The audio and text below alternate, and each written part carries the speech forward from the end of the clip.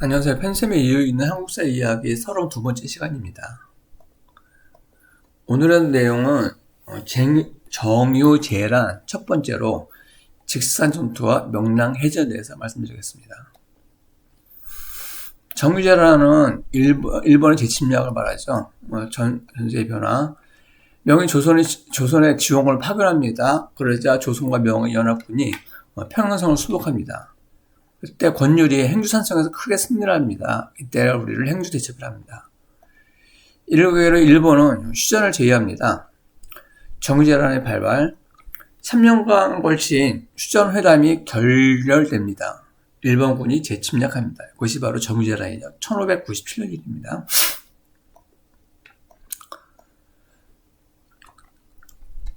외란의 극복, 휴전회담 기간 동안에 조선은 군사력을 강화합니다. 그래서 일본의 침략을 저지하고 있죠. 고요토미 히데요시 죽음을 계기로 일본군은 철수하게 됩니다. 이순신 노량해전에서 철수하던 일본군을 격파하고 전쟁을 종료하게 됩니다. 이것이 바로 정유재란의 끝이었습니다. 정유재란 당시의 병력을 비교해 보겠습니다. 조선과 명의 파병군입니다. 일본입니다. 조선군은 약 10만 내외였습니다. 명의 파병군은 6만 6천에서 10만 내외였습니다. 일본군은 약 14만 명이었습니다. 정유재란의 주요 병력을 규모를 요약해보면은 조선군이 약 10만 내외였습니다. 그 구성은 관군, 승병, 의병을 포함한 숫자입니다. 명의 파병군은 6만 6천에서 10만이었습니다. 1598년에 6만 6천 명이 추진했고 그 이후에 후속군이 4만 명이 증파되었습니다. 일본군이 약 14만 명입니다. 1597년 2차 침입 시의 병력입니다. 조선과 명은 연합하여서 작전을 수행하게 됩니다. 명군은 보급 지원과 주요 전투에서 결정적인 역할을 수행하죠. 일본군은 1598년 이순신의 수군작전과 연합군의 지속적 공격으로 철수하게 됩니다. 아까 말씀드렸죠. 한눈에 보면은 조선군은 10만 내외, 일본군은 6만 6천에서, 파병군은 6만 6천에서 10만 명, 일본군은 약 13명입니다. 임진왜란 초창기 조선군의 병력은 차이가 크죠. 그러면 정유재란은 승리를 이끈 전투를 보겠습니다. 직산 소사 전투. 직산 전투라고 우리가 얘기를 합니다. 일본군은 북진을 하다가 저지한 육산전이었습니다. 일본군은 충청도 직산 일대에서 조명군과 충돌한 뒤 더 이상 북상하지 못하고 남해안으로 후퇴하게 됩니다. 직사전투 당시에 명군과 일본군의 병력을 비교했습니다.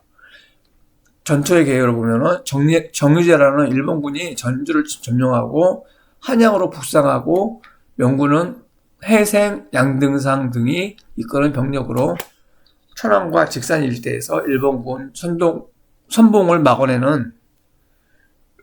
막아내어 일본군의 한양 북성 진격을 저지했습니다. 그 당시 명군은 약 5,000명이었습니다. 그리고 지휘관은 해생하고 양등산 등이었고요. 병종은 주로 북방계 기병 중심이었고 보병 혼성이었습니다. 조선군은 주변에서 일본군의 측면 후방을 견제했습니다.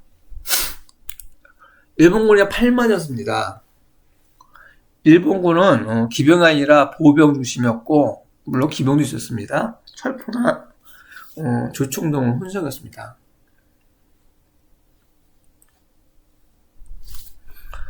그렇지만은 이 직사 전투가 이 5,000명 가지고 8만을 상대한 건 아니었습니다. 주요사에 보면은 명군 3,000명이 먼저 교전을 했고 이어서 2,000명이 도착했습니다. 일본군의 선봉과 장기 교전을 하게 됩니다. 일본군은 상당한 피해를 입었습니다. 일본군 선봉은 선봉군이 아닙니다. 전체죠.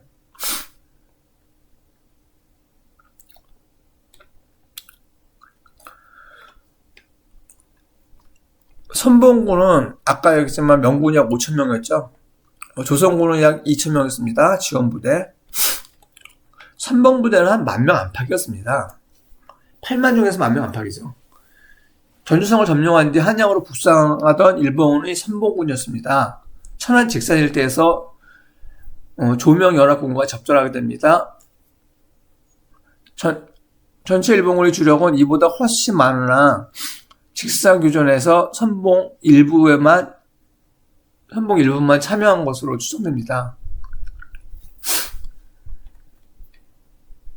명군 5,000, 조선 2,000, 일본 10만 내외, 10,000명 안팎.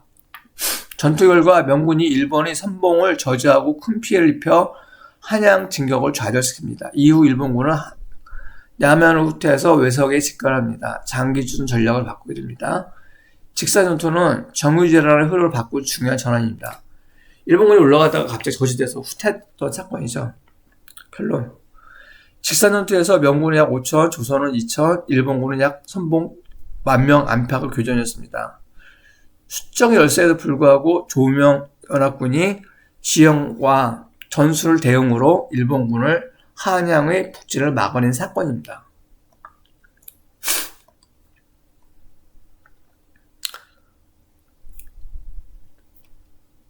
직산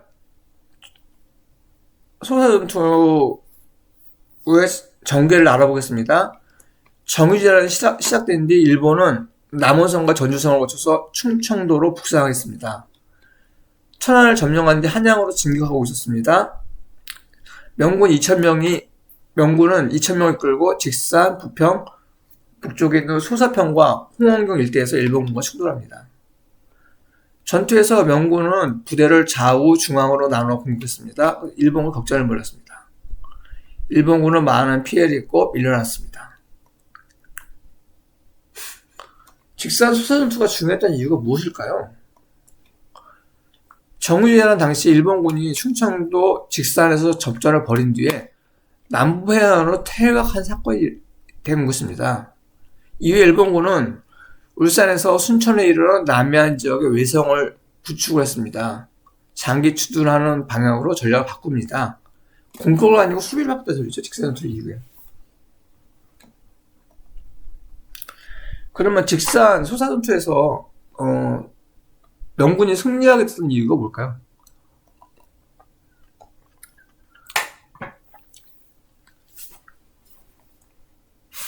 일본군은 그 당시에 강한 성을 공격한 것이 아니라 야전에서 싸웠습니다. 야전? 이유는 무엇이냐? 명군은 북방 전투 경험을 가진 기병전력이 포함되어 있습니다. 기병전력은 성하고 의미가 없죠. 넓은 지역에서 적의 북상을 저지하는 야전에서 상대적으로 활용하기 좋은 곳이 바로 무엇이냐? 기병전력이죠. 명군이 일본의 북상로를 선제적으로 차단했습니다. 직사전투는 일본이 원하는 대로 한양까지 계속 진격해도 놔둔 것이 아니라 북상 도중에 명군이 앞을 막아 세운 저지선이었다는 점이 중요합니다.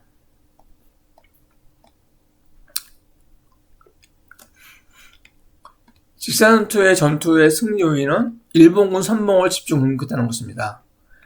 명군의 입장에서는 북상 중에 일본군 전체하고 한꺼번에 싸우기보다는 앞에 나온 선봉을 먼저 저지하는 상황이 만들어졌습니다. 선봉하고 싸우는 거죠. 명군 지휘관들이 적극적인 전투에 참여했습니다. 일본군이 조총을 쏘면서 전투를 시작하고 명군을 대응하여 오랫동안 싸웠으며 일본군은 상당히 피해를 입혔습니다.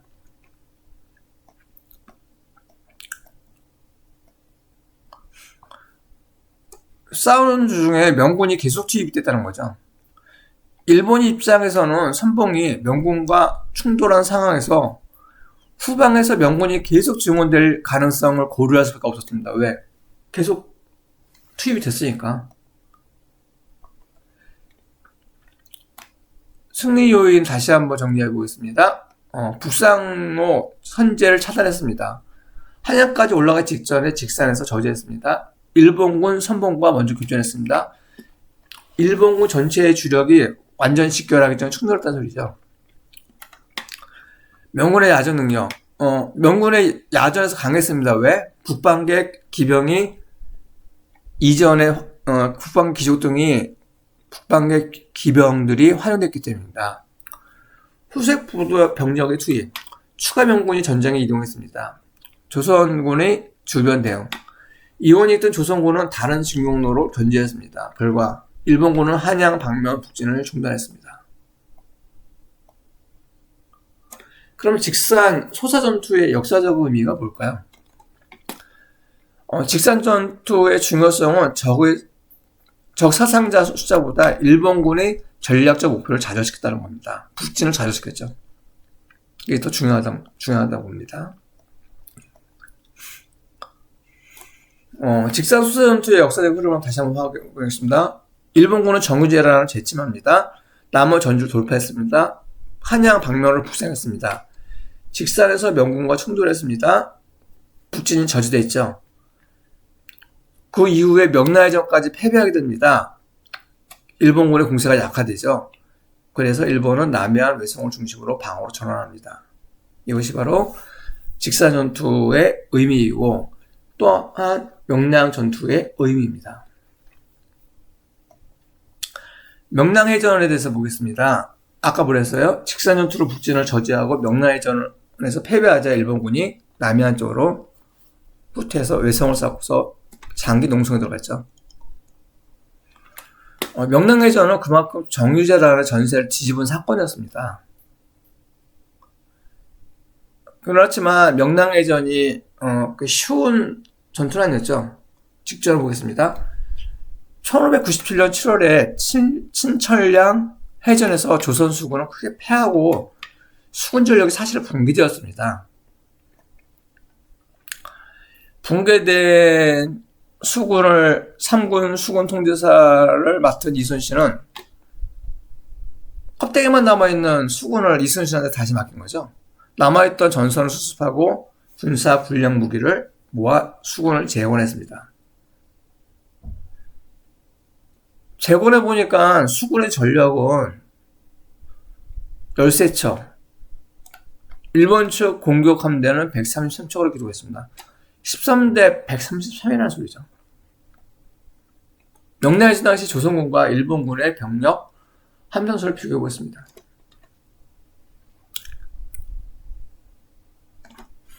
정유재라는 초기에 일본 수군이 남해안을 장악하려고 하자 조선의 이순신이 적보다 매우 적은 전력으로 율둘목, 즉 명량에서 맞서 크게 승리한 사건이죠. 그 당시 조선군은 병력수 1700명에다가 함선 13척 있습니다. 전투함. 일본 수는 어때요? 병력이 13,000에서 16,000이었습니다. 함선수는 133척에서 200척으로 추정됩니다. 그렇지만 조선이 상대할 수 있었던 이유는 뭐냐? 조선 전투에 투입된 상황의 전투는 전부 판옥선이었습니다. 13척. 판옥선이 뭐가 있어요? 함포가 있죠. 또 활을 이용한 원거리 공격이 가능합니다. 적이 접근하면 협격을 하는 협격이란 뭐냐? 부딪혀버립니다. 조선군의 판옥선은 되게 단단합니다. 소나무는 단단한 데 비해서 일본의 함선은 되게 약합니다. 부딪히면 일본 함선이 깨지죠. 울들목의 빠른 조류하고 지형을 적극적으로 활용하게 됩니다. 명나해전 개요 1597년 9월 16일 울들목 명량에서 일어났던 결과 조선군 대승합니다. 울들목을 지으면 이렇게 됩니다. 물살이 되게 빠르고요. 가장 좁은 폭이 300m밖에 안 됩니다. 이 300m가 중요합니다. 왜? 아무리 많은 배가 지나가더라도 한꺼번에 모든 배가 지나갈 수 없다는 소리죠. 일본 수군은 30에서 50척이 침몰되거나 불타고 파손됩니다. 일본군 수천 명의 사상자가 있습니다. 일본의 수군이 남해 장악에 실패합니다. 조선 수군이 명나라 연합군과 함께 전세를 주도하게 된 사건입니다.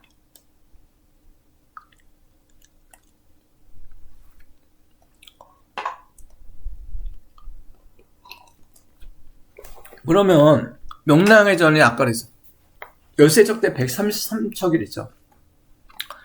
근데 어떻게 명나라에서 승리할 수 있었을까요? 명나라 아까 그림에서 보듯이 폭이 매우 좁습니다. 그리고 조류가 복잡하게 변화하는 해협입니다. 이순신은 이러한 지형적 조건을 활용해 수적으로 압도적인 일본 함대가 한꺼번에 전략을 펼치기 어려운 지형을 선택한 겁니다. 폭이 300개 안 되는데 배가 몇 척이나 한꺼번에 지나가겠어요. 전투 초반에는 이순신 대장선이 앞서 싸웠고 다른 조선 함선들이 뒤이어 전투에 가담했습니다. 이순신이 뒤에 있던 거 아니에요. 먼저 맨 앞에 싸웠고 그걸 지켜본 조선의 함선들이 나중에 뒤이어 전투에 가담했다는 얘기죠. 일본군은 공격을 지속하지 못하고 물러납니다. 일본 전선이 31척이 격파됩니다.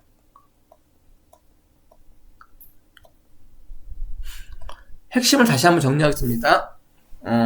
명랑은 좁은 명랑 해협을 선택했습니다. 이순신은 일본군의 압도적인 함선 숫자를 활용하기 어려웠습니다. 왜? 폭이 좁은데 어떻게 많은 배가 한꺼번에 들어가요?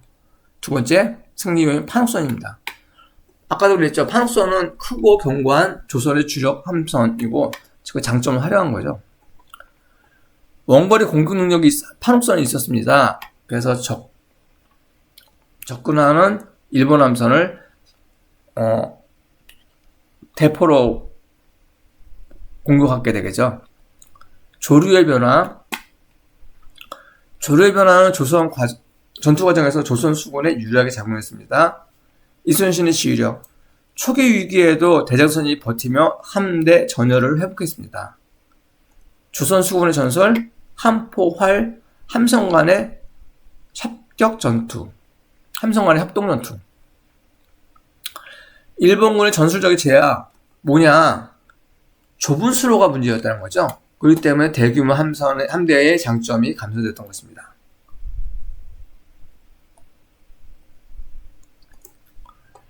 다시 한번 승리를 보겠습니다. 열세척에는 절대적인 열세였습니다. 그렇지만 좁은 명랑을 전쟁으로 선택했습니다. 일본군은 수적 위기가 제한됩니다. 왜? 폭이 좁으니까. 판옥선과 조선의 수군 방식을 활용했습니다. 이순신 초기 위기를 지휘력을 극복했습니다. 조류 변화까지 유리하게 적응되었습니다.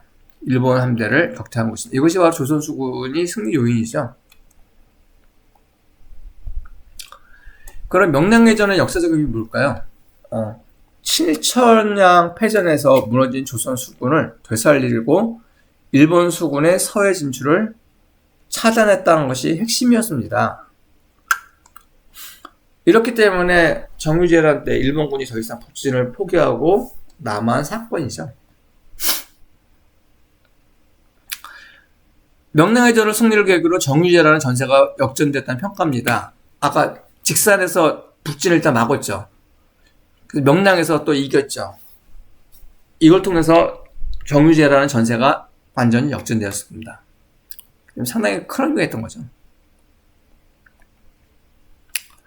명량해전의 흐름도입니다. 칠천량에서 패전했습니다. 이순신이 복귀했습니다. 수군을 재건했습니다.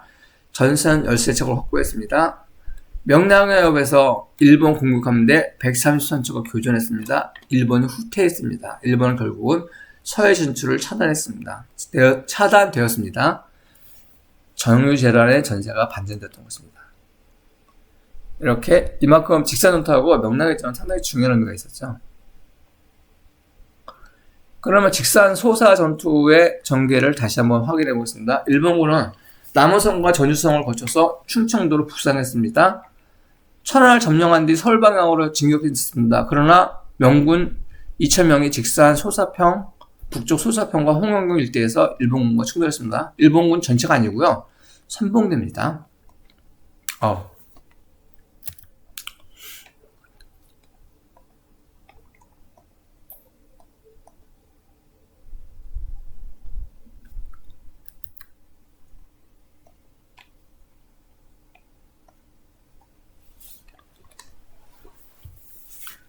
명군은 좌하고 중앙으로 나눠서 공격을 했고 일본군 격전을 벌인 중에 명군이 충원되었습니다. 그러니까 일본군은 많은 피해를 입고 밀려났습니다. 왜? 명나라 군이 계속 충원되니까 더 이상 앞에서 버틸 수가 없던 거죠. 그러면 직산 소사 전투에 승리해 보겠습니다. 흐름들 보겠습니다. 일단은 북상로 선제를 차단되었습니다. 한양까지 오르기 직전에 직산에서 저지가 됐던 거죠. 일본군 선봉과 먼저 교전이 일어났습니다. 그것은 일본군 전체의 주력이 완전 집결하기 이전의 충돌이었죠. 명군은 야전 전력을 사용했습니다. 야전이라는 것은 들판을 쐈다는 거죠. 왜? 북방계 기병을 활용했기 때문입니다. 그 다음에 후속 병력이 투입되었습니다. 추가 병군이 전장으로 이동했습니다. 조선군이 주변에 대응했습니다. 조선군은 이원익 등이 조선군은 다른 진격로를 견제했던 것입니다. 결과 일본군은 한양 방면 북진을 중단하게 됐습니다. 북진을 중단하게 된 사건이 아까 뭐랬어요? 직산 전투를 했죠. 직산 소사 전투. 그 다음에 전세의 흐름을 전환시킨 것이 명랑해전입니다. 명랑해전 흐름도 다시 한번 보겠습니다. 친철량에서 패전을 했습니다. 이순신이 복귀했죠. 수군이 재건되었습니다. 전선 열세 지역을 확보했습니다. 명랑해협에서 일본 공격 함대 133척과 교전하게 됩니다. 13대 133. 결국 일본군은 후퇴하게 되고요. 서해 진출 차단됩니다. 서해 진출 차단되니까 어떻게 돼요? 보급이 안 되죠.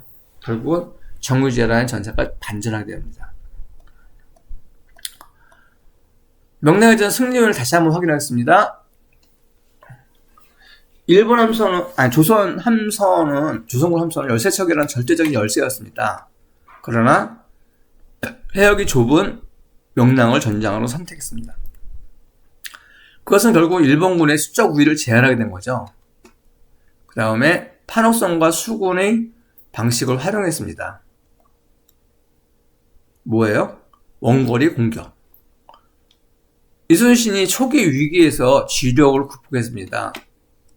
조류 변화까지 유리하게 적응되었던 거죠. 일본 함대가 격퇴되었습니다. 이상과 같이 직산 소사 전투하고 명랑해전에 대해서 말씀드렸습니다. 직산 소사 전투가 뭐예요? 일본군의 정주행한 때 북진을 막았고 명랑해전을 통해서 전세를 역전하게 된 두 개의 큰 사건이었습니다. 지금까지 시청해주신 여러분 감사드리고 다음 주 금요일날 다시 한번 뵙도록 하겠습니다.